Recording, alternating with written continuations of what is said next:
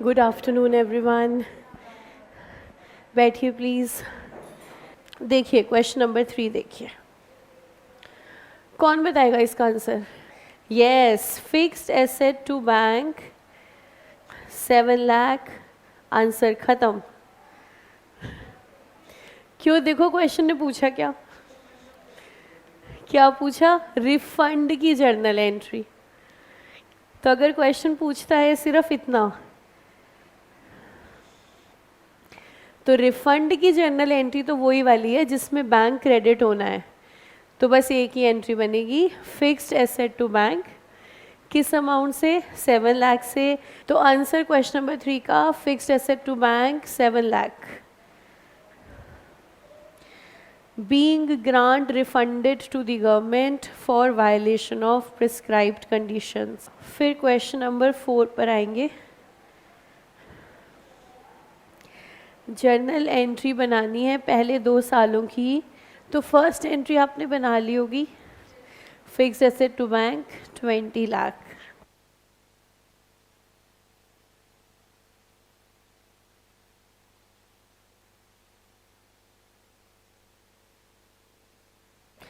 Second entry, bank to fixed asset. Net of grant का मतलब reduction from the cost of the asset.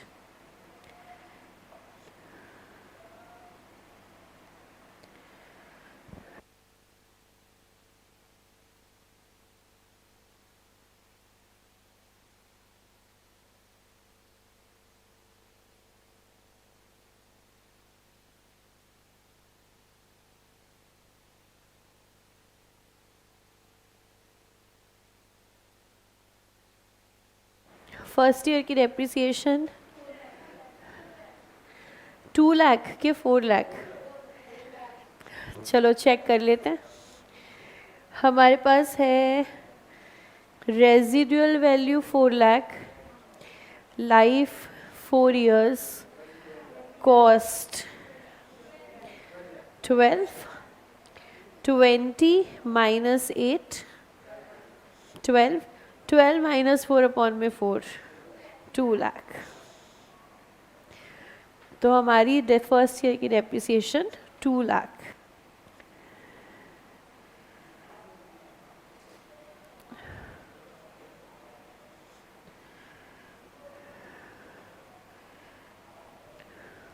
First year में बस ये 4 entries हैं।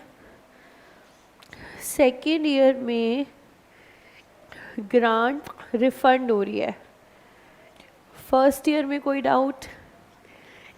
Second year में ग्रांट रिफंड हो रही है तो क्या एंट्री बनाएं? Fixed asset to bank. पहले कॉस्ट रिड्यूस करी थी, अब कॉस्ट बढ़ा देंगे।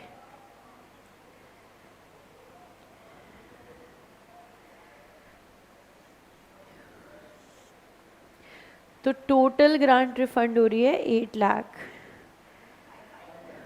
5 लाख है, हाँ, it becomes refundable to the extent of 5 lakh.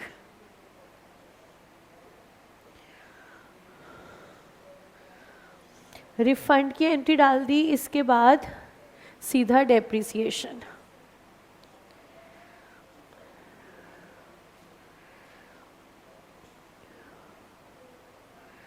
तो यहाँ पे कोई डेट नहीं है, हम मानेंगे सब कुछ ईयर एंड में हो रहा है। सेकेंड ईयर के एंड में ग्रांट का रिफंड है। बताइए डेप्रिसिएशन 75,000। और कोई आंसर?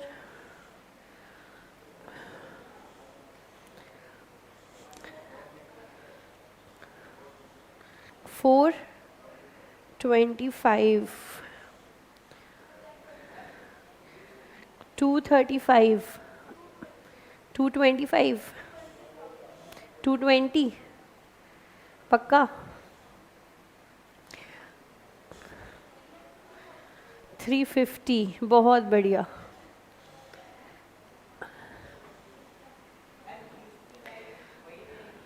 मुझे क्या पता,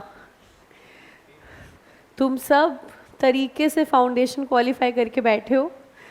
ये फाउंडेशन का कॉन्सेप्ट है, सब ने बड़ी इज्जत के साथ पास किया है।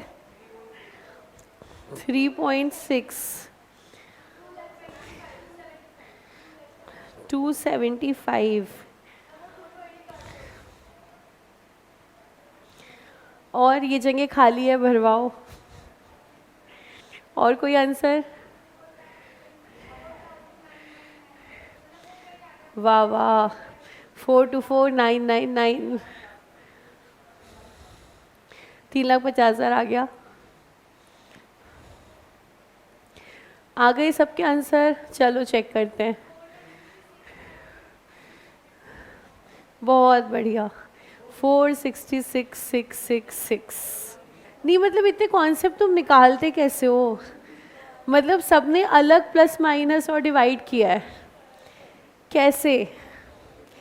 और तुम इमेजिन करो एक क्लास में इतने से बच्चों का ये हाल है, पेपर चेक कर, अगर वो बेचारा 100 आंसर शीट भी चेक कर रहा है और 100 अलग आंसर्स हैं तो उसका मूड खराब होना तो वैसे ही बनता है। तो मतलब क्या किया क्या है तुमने, कैसे करते हो तुम? मैं तो कभी इस रहस्य तक पहुंच ही नहीं पाऊंगी। देखिए ज़रा डेप्रिसिएशन, देखिए सबसे पहले तो मेथड क्या रहेगा, SLM। तो SLM का फॉर्मूला तो होता है कॉस्ट माइनस स्क्रैप अपॉन में लाइफ। लेकिन अब अगर बीच में कोई पैरामीटर बदलता है तो कॉस्ट ना रहकर ये होती है cost yet to be allocated. अभी कितना अमाउंट डेप्रिशिएट करना है आपको, स्क्रैप जो भी है लेटेस्ट, लाइफ टोटल ना रहकर रिमेनिंग हो जाती है।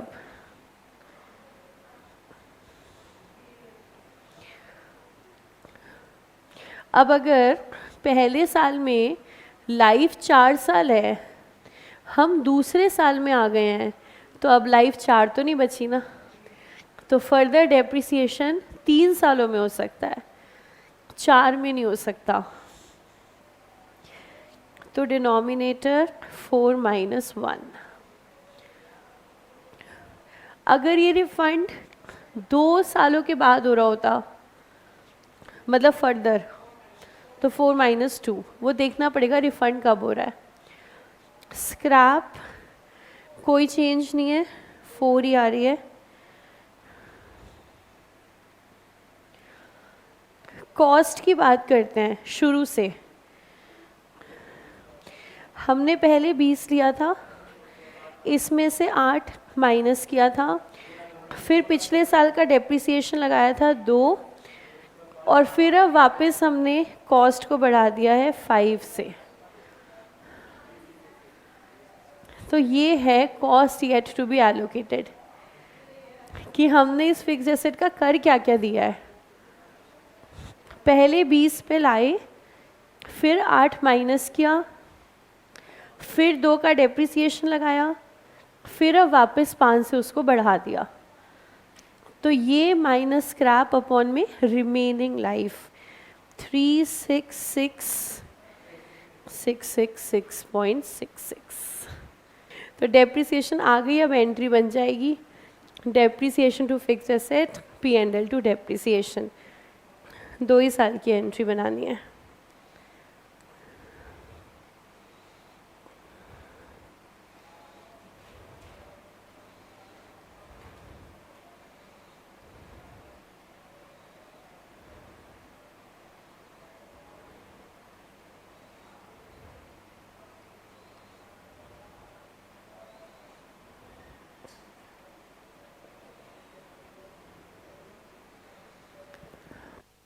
समझ आ गई सारी बात?